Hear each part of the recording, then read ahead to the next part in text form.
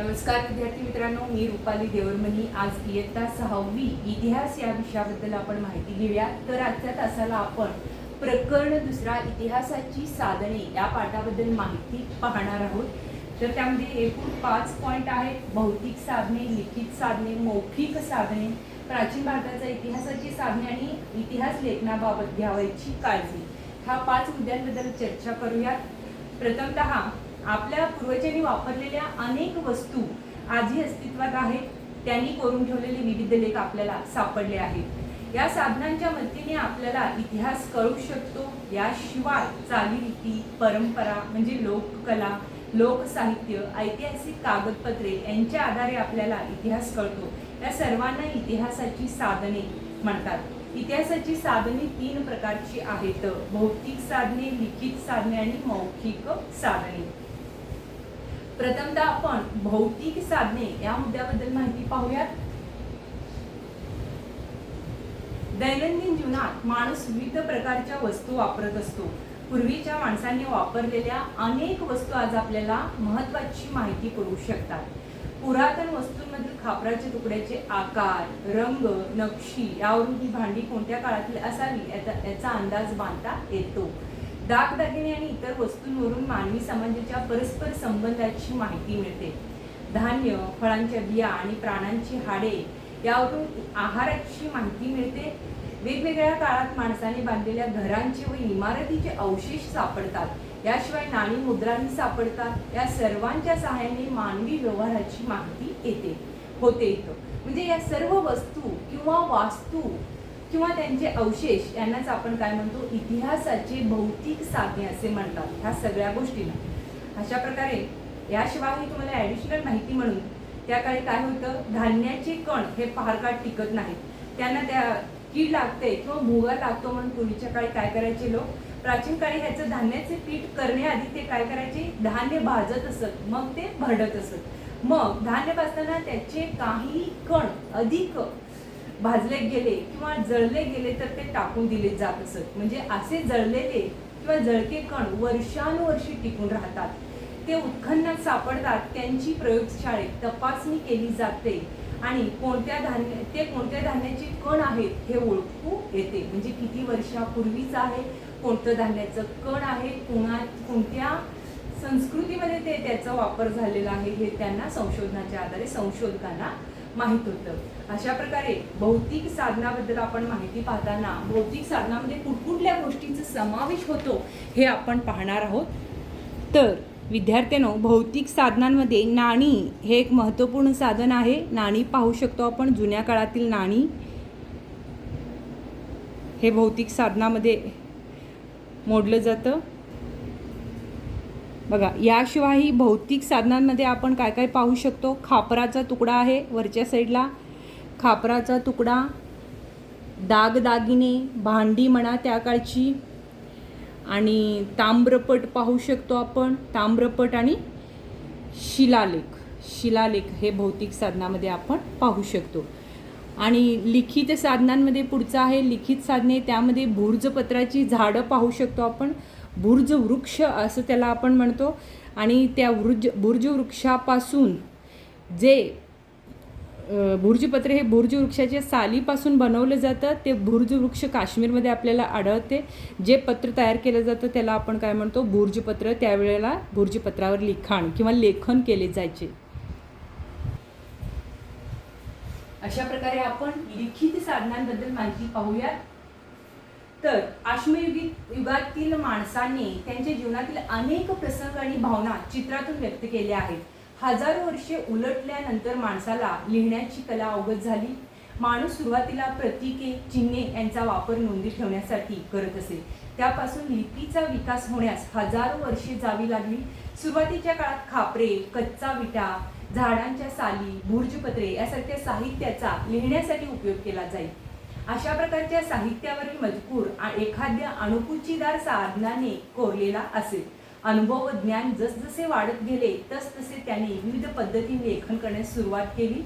सभोवताली घडलेल्या घटना, दरबारी कामकाजाचे वृत्तांत इत्यादी माहिती लिहून ठेवण्याची पद्धत सुरू झाली. अनेक राजांनी आपल्या आज्ञा, निवाडे, दानपत्रे दगडांवर किंवा तांब्याच्या पत्र्यांवर करून ठेवली आहेत. कालांतराने वाङ्मयाचे अनेक प्रकार निर्माण झाले. धार्मिक, सामाजिक स्वरूपाचे ग्रंथ, नाटके, काव्ये, प्रवास वर्णने तसेच शास्त्रीय विषयांवरील लेखन झाले. या साहित्यातून त्या त्या काळाचा इतिहास समजण्यास मदत होते. या सर्व साहित्याला इतिहासाचं लिखित साधने असे आपण म्हणतो. तर लिखित साधनांमध्ये मी तुम्हाला बुर्ज वृक्ष आणि त्याचं बुर्जपत्र दाखवलेलं आहे. त्यानंतरचा आणि महत्त्वपूर्ण पॉईंट म्हणजे मौखिक साधने. ह्या मुद्द्यांबद्दल आपण माहिती पाहणार आहोत. तर ओव्या, लोकगीते, लोककथा यासारखे साहित्य लिहून ठेवलेले नसते. त्याचा कर्ता हा अज्ञात असतो. ते पिढ्यानपिढ्या जतन झालेले असते.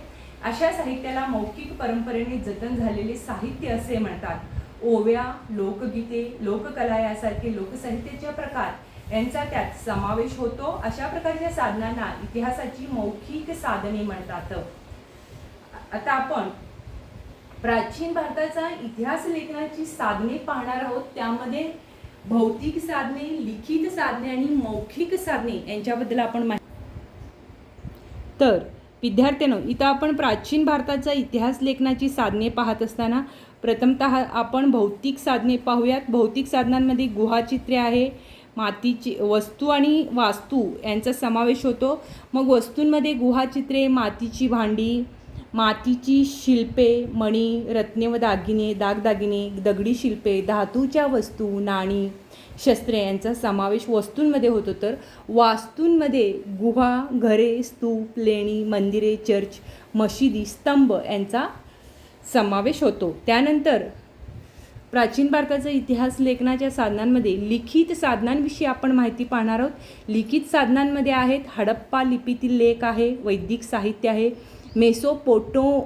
पोटेमियातील इष्टिकालेख आहे, महाभारत रामायण यांच्या हस्तलिखित पोत्या आहेत, जैन बौद्ध साहित्य आहे, ग्रीक इतिहासकार आणि प्रवाशांचे लेखन आहे, चीनी प्रवाशांची प्रवास वर्णने, व्याकरण ग्रंथ, पुराण ग्रंथ, कोरीव लेख यांचा समावेश होतो. त्यानंतरचा पुढचा आहे मौखिक साधने. प्राचीन भारतातील मौखिक परंपरेने जपलेले वैदिक आणि बौद्ध आणि जैन साहित्य आता लिखित स्वरूपात उपलब्ध आहे.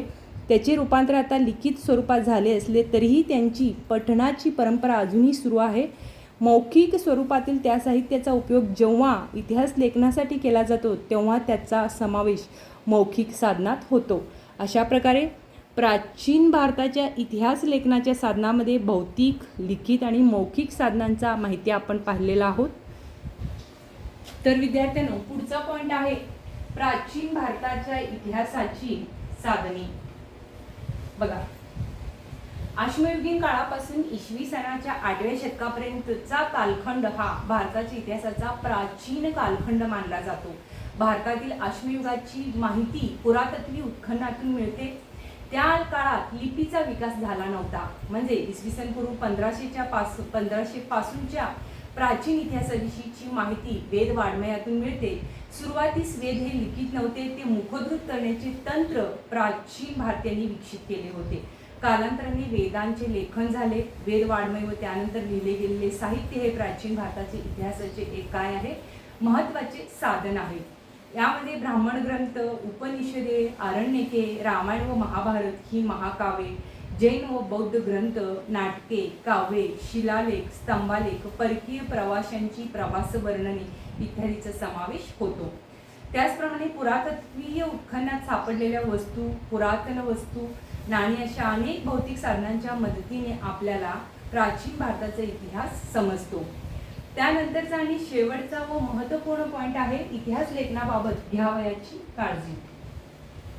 इतिहासाचा साधनांचा वापर करताना काळजी घ्यावी लागते. एखादा लिखित पुरावा केवळ जुना आहे म्हणून तो विश्वासार्ह असेलच असे नाही. तो मजकूर कोणी लिहिला, का लिहिला, केव्हा लिहिला याची छाननी करावी लागते. विश्वासार्ह ठरलेल्या विविध साधनांच्या आधारे काढलेले निष्कर्ष एकमेकांशी पडताळून पाहावे लागतात. इतिहास लेखनात अशा चिकित्सेला फार महत्त्व असते.